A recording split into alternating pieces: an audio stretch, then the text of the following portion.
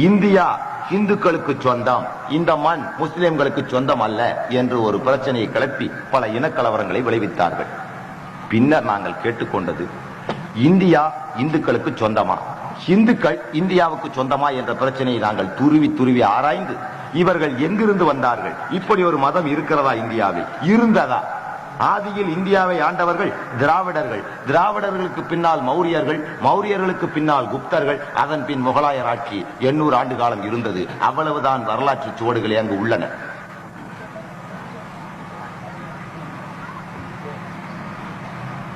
இந்துக்கள் இந்தியாவுக்கு சொந்தக்காரர்களா? இல்லை.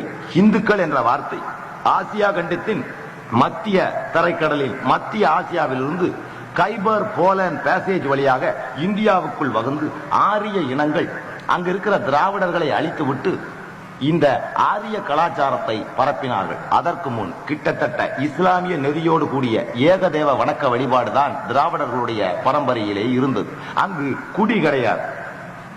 இந்த ஆரியர்கள் விபச்சாரம் கிடையாது. ஆரியர்கள் உள்ளே வரும் பொழுதே சோமக்குடி பானம் என்ற ஒரு பானத்தை எடுத்துக்கொண்டு அங்கே உள்ளே வந்து குடிப்பவன் குடிக்காதவன் என்று பாகுபாடுகளை ஏற்படுத்தினார்கள். சுரன் அசுரன், சுரன் என்றால் குடிப்பவன் கள்ளுண்பவன், அசுரன் என்றால் கள்ளுண்ணாதவன் என்ற ஒரு பாகுபாட்டை ஏற்படுத்தினார்கள்.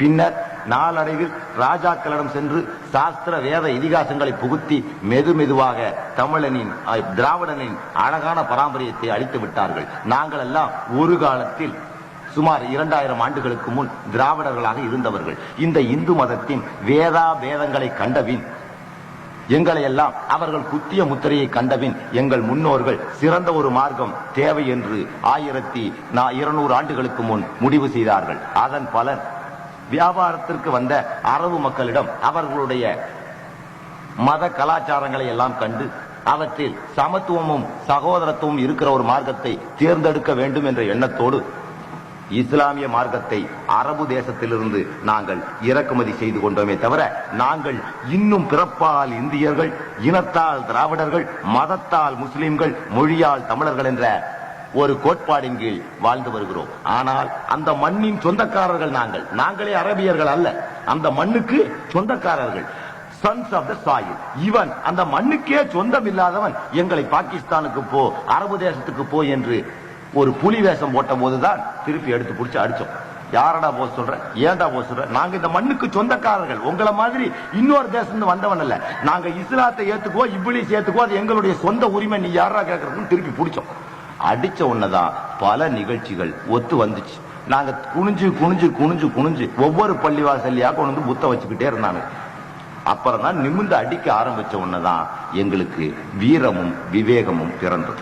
என்றுமே என்னுடைய அனுபவத்தை சொல்லுகிறேன். நடைமுறைப்படுத்தப்பட்ட நவீன உலகத்தில் நீங்கள் வாழும் பொழுது உங்கள் மார்க்கத்தை விட்டு விட்டீர்கள் என்றால் நிச்சயம் உங்களுக்கு அழிவுதான். மார்க்க உணர்வில் யாரையும் இழந்து விடுங்கள். You must lose everything for your religion, but you should not rule your religion for anything.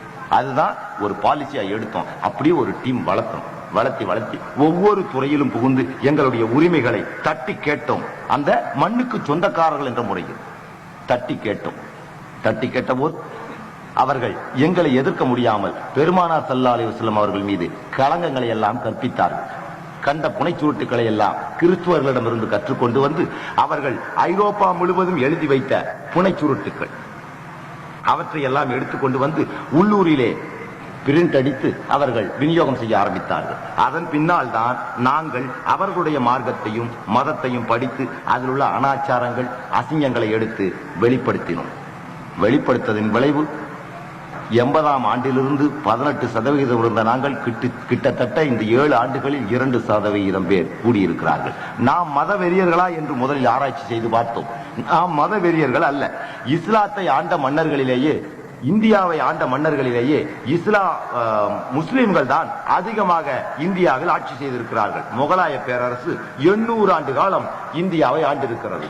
Gupta பேரரசோ Maurya பேரரசோ 30 ஆண்டுகளுக்கு மேல் ஆண்டதாக வரலாறு இல்லை.